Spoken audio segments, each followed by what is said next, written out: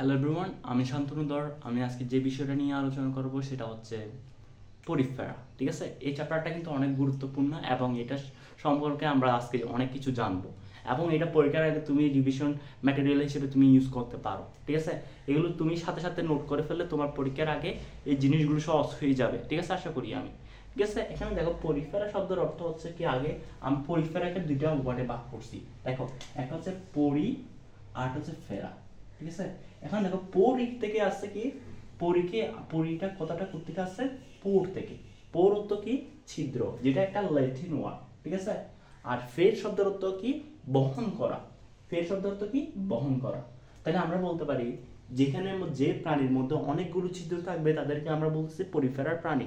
ঠিক আছে, এখন এখানে দেখো এটা, এই প্রাণীটা একটা বহুকোষী প্রাণী। এটা এক ধরনের, কোন ধরনের প্রাণী, বহুকোষী প্রাণী।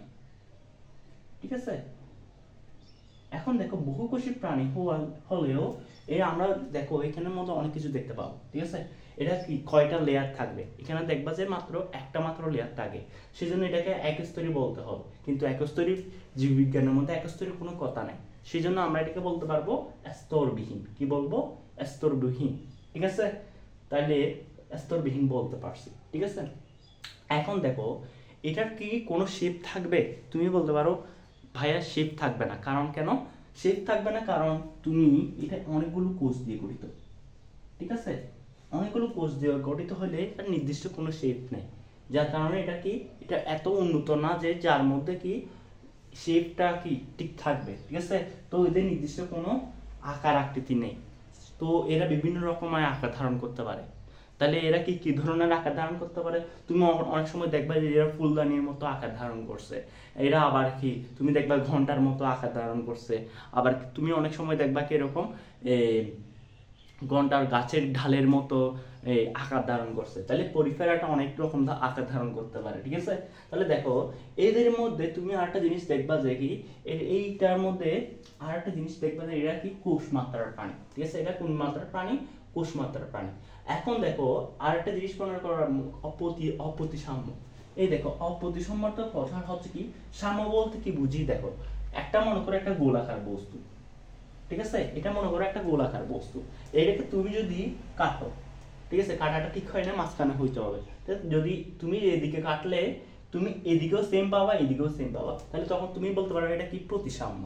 কিন্তু যখন তুমি একটা এলোমেলো বস্তুকে তুমি যখন কাটবা, তখন দেখবা যে কি এটা এটা আর এটা সেম না, তখন সেটাকে বলতে পারবা তুমি অপ্রতিসাম্য। তাহলে পরিফেরার পর্বের প্রাণীগুলোও তোমার সেম, মানে এরা কি কাজ করতে পারে না, এরা কি অপ্রতিসাম্য। ঠিক আছে, এখন দেখো আরেকটা জিনিস বলবা, এখানে দেখো এই ছিদ্রগুলোকে একজন বিজ্ঞানী নাম দিছে। ঠিক আছে, একজন বিজ্ঞানী, এটা বিজ্ঞানীটা কোন দেশের, অস্ট্রিয়া। সো উনি অস্ট্রিয়ার নামটাকে করার জন্য কি মনে রাখার জন্য সবাইকে তিনি বলছে এটার নাম কি, ছিদ্রগুলোর নাম দিয়ে দিয়েছেন কি, অস্ট্রিয়া। তাহলে এই পরিফেরা পর্বের যেসব প্রাণী আছে তাদের মধ্যে অনেকগুলো ছিদ্র আছে, এইসব ছিদ্রকে তিনি নাম দিয়েছেন কি, অস্ট্রিয়া। মনে থাকবে তো।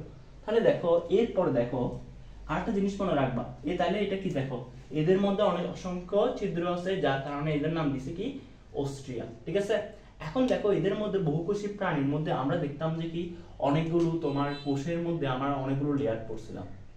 সবচেয়ে ভিতরের লেয়ারকে বলা হয় কি, এন্ডোডার্ম। ঠিক আছে, তারপর এর উপরের লেয়ারটাকে বলা হয় কি, মেসোডার্ম। এরপরে হচ্ছে তোমার কি, অ্যাক্টোডার্ম। ঠিক আছে, তাহলে দেখো এটার মধ্যে কোনো স্তর নেই। ঠিক আছে, তাহলে এটার মধ্যে কোনো যদি কোনো স্তর নাই, তাহলে এটাকে বলতেছে কি, স্তরবিহীন। আর দেখো আবার দেখো সিলোম। সিলোম জিনিসটা কি, সিলোম জিনিসটা তিন প্রকার পড়ছিলাম, অপকৃত, প্রকৃত, সিলোমহীন। ঠিক আছে, তাহলে দেখো এখানে সিলোমহীন হচ্ছে কি, এখানে ফাঁকা কোনো জায়গা থাকবে না, যার কারণে এটাকে বলা হয় কি, সিলোমহীন। এখন দেখো আরেকটা জিনিস মনে রাখবা, এখানে কি প্যারোটোনিয়াম পদ্মা থাকে না। তাহলে এটার মধ্যে একটা কি জিনিস বৈশিষ্ট্য মনে রাখবা, প্যারোটোনিয়াম পদ্মা থাকে না। এবং এখানে ফাঁকা স্থানটা কি, প্যারেনকাইমা। দেখো এটা খুবই খুবই ইম্পর্টেন্ট। ঠিক আছে, তোমাকে ভার্সিটিতে এক্সামে জিজ্ঞেস করবে যে কি পরিফেরা পর্বের প্রাণীর মধ্যে কোন ধরনের কোষ দ্বারা এই প্যারোটোনিয়াম পদ্মাটা প্যারোটোনিয়াম পদ্মা তো থাকে না। ঠিক আছে, ওইখানে ওই জায়গাটা কি, কোন কোন কোষটা দখল করে আছে, তখন তুমি বলবা যে কি প্যারেনকাইমা কোষ নামে কতগুলো কোষ ওই জায়গাটা দখল করে আছে। ঠিক আছে, তারপর দেখো এখানের মধ্যে এই এই পর্বের মধ্যে আরো একটা জিনিস দেখবা যে লক্ষ্য করবা, এদের মধ্যে অনেকগুলো কাটা আছে, ঠিক আছে? ওইসব কাটাকে বলা হয় কি এসপিকিউ, কি বলা হয় এসপিকিউ, ঠিক আছে? এইসব কাটাগুলো কি করে, ওইটাকে কোনো বস্তুর সাথে আঁকড়ে ধরতে সাহায্য করে, ঠিক আছে? তারপর দেখো কোয়ানোসাইট নামে কতগুলো ফ্লাজেলাযুক্ত বস্তু আছে, কি আছে?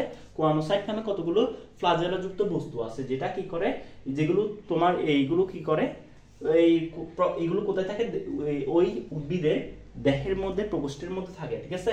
তাহলে এখন দেখো অস্ট্রিয়া কি আমরা পড়ছিলাম, অস্ট্রিয়া হচ্ছে কি ওই পরিফেরা পর্বের অনেকগুলো ছিদ্র থাকে, ওইগুলোকে বলা হয় কি অস্ট্রিয়া, ঠিক আছে? কোয়ানোসাইট কি, কোয়ানোসাইট হচ্ছে ফ্লাজেলাযুক্ত কতগুলো অঙ্গাণু বলতে পারবো, তাহলে কোয়ানোসাইট নামক কতগুলো ফ্লাজেলাযুক্ত কোষ আছে, তাহলে এটা আমরা বলতে পারবো কোয়ানোসাইট যুক্ত ফ্লাজেলাযুক্ত কতগুলো কোষ, ঠিক আছে? তারপর দেখো নালিকা তন্ত্র, এটা কিন্তু খুবই খুবই ইম্পর্টেন্ট, ঠিক আছে?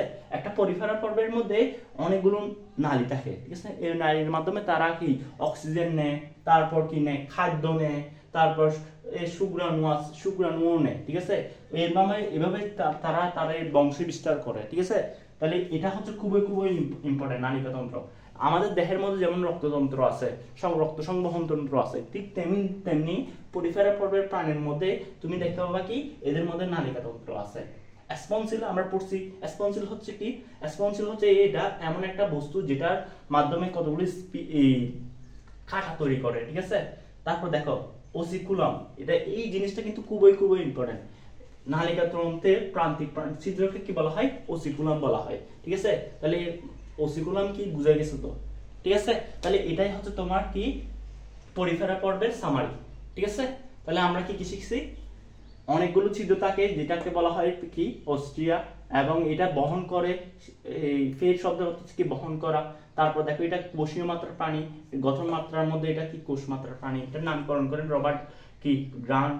তারপর এটা কি অনেকগুলো, এটার অনেক আকার হইতে পারে, ঠিক আছে? এটা ঘন্টা আকার হইতে পারে, অনেক গাছপালা হইতে পারে, ঠিক আছে? তারপর এটা কি এটার মধ্যে কোনো একটি সিলোমহীন কি অপ্রতিসাম্য, ঠিক আছে? ওসিকুলাম থাকে।